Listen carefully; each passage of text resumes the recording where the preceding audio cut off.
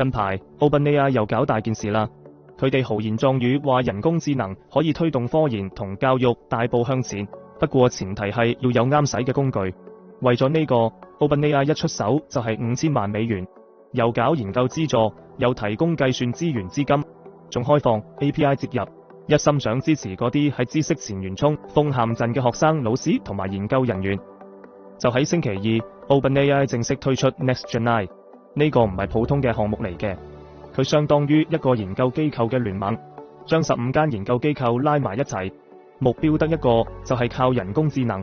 等科研突破快啲嚟，順帶埋將教育都革新埋。NextGenAI 聯合咗美國本土同埋海外好多機構，就係想進步速度比單個機構單打獨鬥快好多。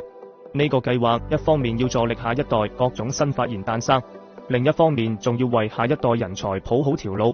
等佢哋可以穩穩咁拿捏 AI 嘅未來。呢度面嘅創始合作夥伴都係有頭有面嘅角色，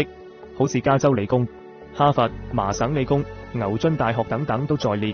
OpenAI 指出，呢啲機構都喺利用人工智能攻克各種高難度挑戰，由醫療保健到教育全面開發。譬如話俄亥俄州立大學用勢加速數字健康、能源呢啲領域嘅發展，老師仲用勢打造先進嘅學習模型。哈佛同埋波士頓兒童醫院嘅研究人員借助 OpenAI 工具同埋 NextGenAI 資助，縮短罕見病診斷時間，等晒喺醫療決策入面更符合人類價值觀。杜克大學嘅科學家就用 AI 搞完科學研究，找出晒最能發揮作用嘅科學領域。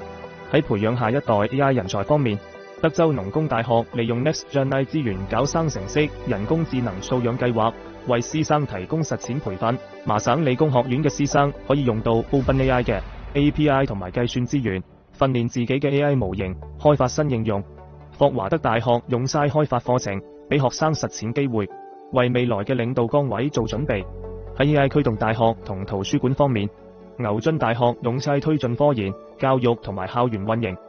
著名嘅博德利圖書館將珍稀文獻數字化，用 OpenAI 嘅 API 轉錄等舊知識重建天日。密西西比大學探索將 AI 融入核心使命。波士頓公共圖書館將資料數字化，等資訊更容易俾各類讀者獲取。NextGenAI 呢一操作，大大加強咗學術界同產業界嘅聯繫。OpenAI 首席運營官 Brad Lightcap 話：冇學術界多年嘅努力，就冇而家嘅 AI。持續合作對打造惠及大眾嘅 AI 好重要。呢個 NextGenAI 會加速科研進展，仲可以催生新型機構。呢個最新計劃擴展咗 OpenAI 對教育嘅承諾。之前就推出咗 ChatGPT Edu， 而家 NextGenAI 又提供 API 同埋資金，支持機構搞創新。總嘅嚟講